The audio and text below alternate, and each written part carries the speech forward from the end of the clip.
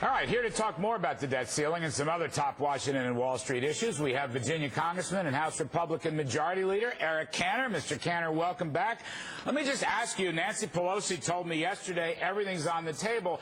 In your judgment, sir, right now, what's the biggest roadblock to a debt ceiling?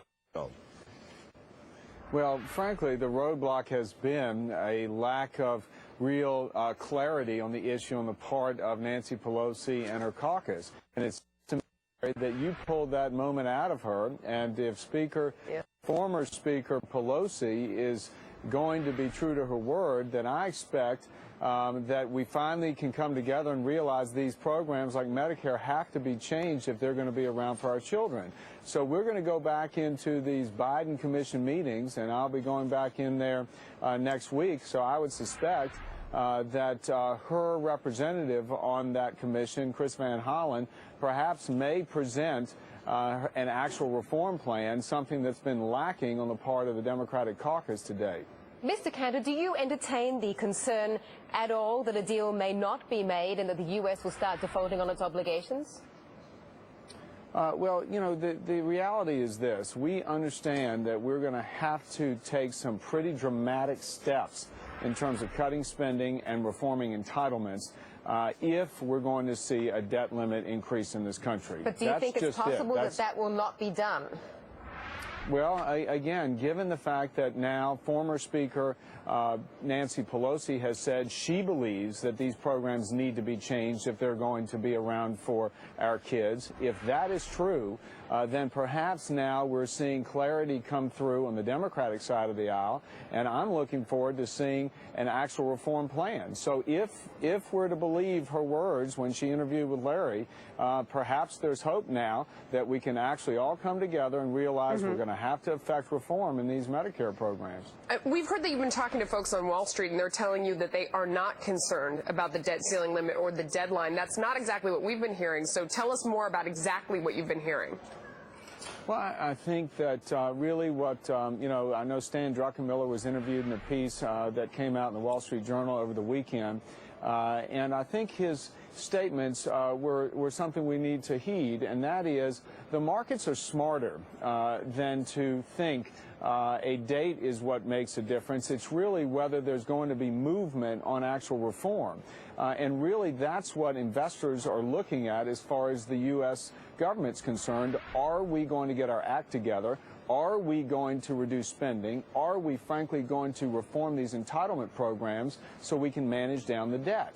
And if we're able to do that, I think you will see passage of an increase, but only if there is at least a commensurate, if not more, reduction in spending through the reforms that we're offering. Mr. Cantor, you know, I asked Ms. Pelosi specifically about John Boehner's plan that every $1 increase in the debt ceiling must be accompanied by a $1 reduction in the budget. She did not attack it. She did not badmouth it. She was just she sort of rolled along with it. Is the Boehner plan going to be the dominant force here? Say a $2 trillion increase in the debt ceiling, might it be accompanied by $2 trillion in spending cuts? Is that possible?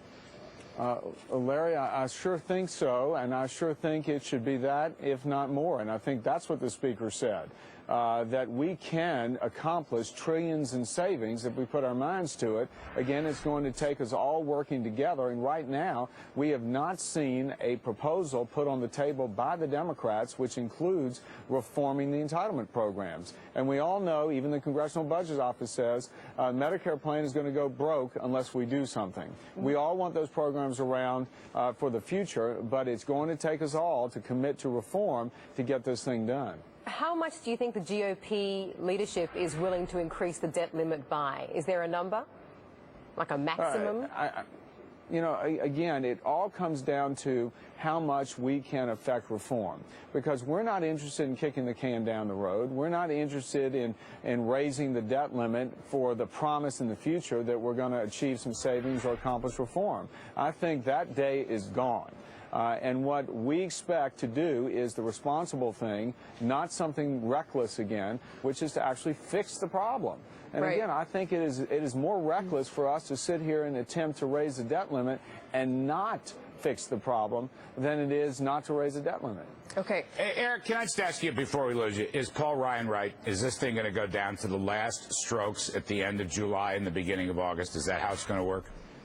Well, listen, Larry, we are in these meetings, and I'm in the meetings twice a week with the Vice President, trying to see where we can come together on some of the issues that we're talking about.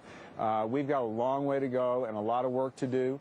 Certainly there is an air of willingness in the room, yet I can tell you there's nothing to date that shows me that the big issues are going to be resolved. We are focused on doing that.